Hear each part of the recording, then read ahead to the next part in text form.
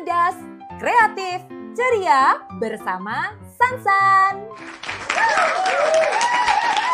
Hai sahabat Sansan. Wah, senang deh Kak Sansan bisa berjumpa lagi di Dunia Pintar Sansan. Cerdas, kreatif, ceria bersama Sansan. Hari ini kita mau mengenal para pahlawan kita loh. Wah, pahlawan itu seperti apa ya? Pahlawan itu adalah orang-orang yang sudah berjasa mengorbankan hidupnya karena mencintai negara kita, negara Indonesia. Tahu nggak sahabat Sansan? Sejak tahun 1500-an zaman dahulu yang sudah lama sekali, Indonesia pernah loh dijajah oleh beberapa negara-negara yang ada di dunia ini. Di antaranya ada negara Portugis, ada negara Spanyol, ada negara Inggris, negara Belanda, dan juga negara Jepang. Wah, penjajah itu ngapain ya? Mereka menjajah negara kita Indonesia. Tujuan dari suatu negara menjajah negara lainnya adalah untuk usaha mereka menguasai dan mengendalikan suatu wilayah supaya mereka bisa menikmati negara tersebut, baik kekayaannya maupun sumber daya manusianya. Mereka akan melakukan itu dengan cara paksaan. Jadi sahabat Sansan, menjajah sangat tidak baik bagi negara-negara yang dijajah ya. Nah, bangsa Indonesia saat itu menjadi korban penjajahan dan membuat rakyat negara kita menderita. Nah, itulah sahabat Sansan sebabnya mengapa hari ini kita mau mengenal para pahlawan kita. Kita harus bersyukur dan bangga memiliki para pahlawan yang rela memperjuangkan kemerdekaan negara kita ya. Bayangkan nih, bagaimana kalau sampai saat ini kita masih dijajah oleh negara lain. Pastinya hidup kita saat ini masih menderita seperti masyarakat Indonesia di zaman dahulu ya. Wah, pasti tidak enak ya hidup kita saat ini. Nah, kalau gitu kita mulai ya mengenal para pahlawan di negara kita tercinta Indonesia. Kita akan memulai dari salah satu pahlawan yang cukup terkenal yang satu ini. Pangeran Diponegoro. Ya, Pangeran Diponegoro merupakan seorang tokoh pahlawan pada awal abad ke-19. Di mana saat itu penjajah Belanda menguasai Indonesia dan menerapkan pajak yang tinggi, perampasan tanah, juga melakukan tindakan yang tidak adil bagi rakyat Indonesia. Pangeran Diponegoro merupakan seorang bangsawan loh. Bangsawan itu apa ya? Bangsawan itu keturunan raja ataupun ratu, begitu. Nah, Pangeran Diponegoro adalah bangsawan dari Yogyakarta, sahabat Sansan. Dan Pangeran Diponegoro selalu memberi semangat kepada rakyat untuk melawan penjajah Belanda. Mereka tidak mau terus-menerus hidup menderita karena dikuasai oleh penjajah. Pangeran Diponegoro berjuang dengan terus-menerus dan bersemangat sehingga melakukan perang gerilya. Ya, perang gerilya ini disebut juga dengan Perang Jawa pada tahun 1825 hingga 1830. Wah, coba sahabat Sansan hitung.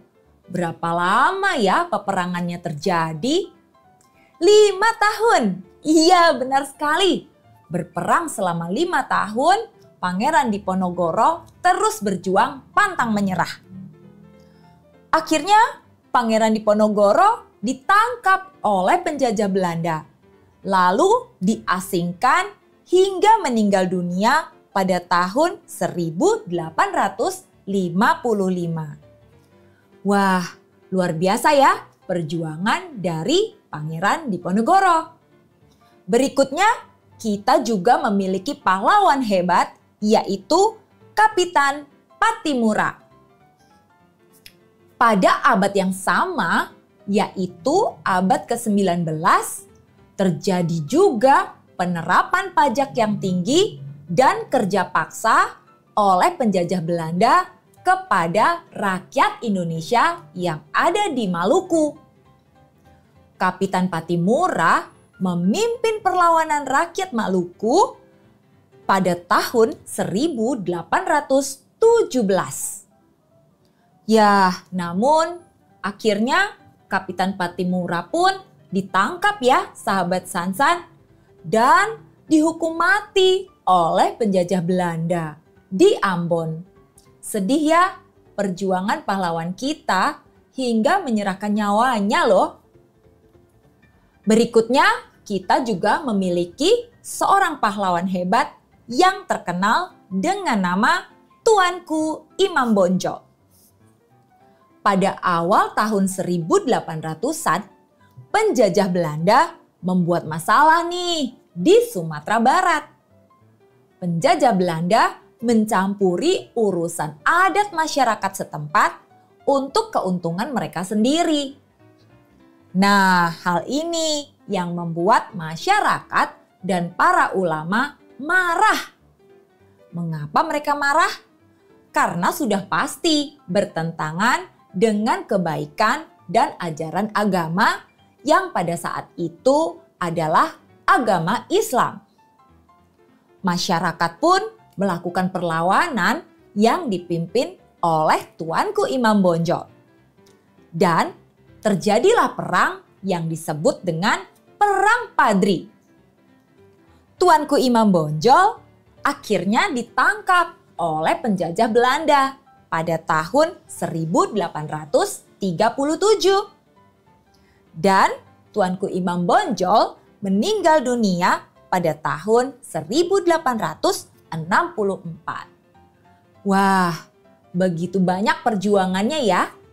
Kita masih akan melihat tokoh pahlawan kita yang satu ini, Bung Tomo.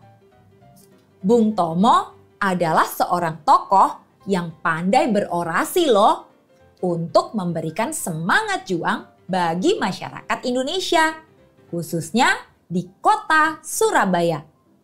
Wah, sahabat Sansan, berorasi itu seperti apa ya? Ya, berorasi itu maksudnya adalah memberikan kalimat-kalimat yang menyemangati bangsa Indonesia agar tidak menyerah untuk melawan penjajah Belanda. Kita tidak mau menderita terus-menerus akibat dijajah oleh penjajah Belanda. Itulah yang disebut dengan orasi. Saat itu sebenarnya Indonesia sudah merdeka ya. Masih ingat kan kapan proklamasi kemerdekaan Indonesia dibacakan oleh presiden pertama kita? Ya, tanggal 17 Agustus 1945. Tapi sahabat Sansan, ternyata penjajah tidak juga menyerah. Ingin mencoba kembali menjajah Indonesia walaupun Indonesia sudah merdeka. Saat itu, tentara sekutu yang terdiri dari tentara Inggris dan tentara Belanda kembali datang ke Indonesia untuk mencoba menjajah lagi. Maka orasi Bung Tomo terus-menerus diperdengarkan di radio-radio yang ada di setiap rumah bangsa Indonesia. Orasi itu membangkitkan semangat perlawanan rakyat Indonesia hingga terjadilah yang disebut dengan Perang Surabaya pada tanggal 10 November 1945. Peristiwa inilah yang menjadi peristiwa penting dan hingga sekarang diperingati setiap tahunnya sebagai Hari Pahlawan. Ya, seru ya, kita banyak mengenal perjuangan dari para pahlawan kita. Oh ya, Bung Tomo akhirnya meninggal dunia pada tanggal 7 Oktober 1981 saat menjalankan ibadah haji sebagai perintah agamanya, yaitu agama Islam. Luar biasa ya perjuangan dari para pahlawan kita. Masih ada loh satu nama pahlawan lagi yang Kak Sansan ingin perkenalkan kepada sahabat Sansan semua, yaitu Ki Hajar Dewantara. Apa yang istimewa dari Ki Hajar Dewantara?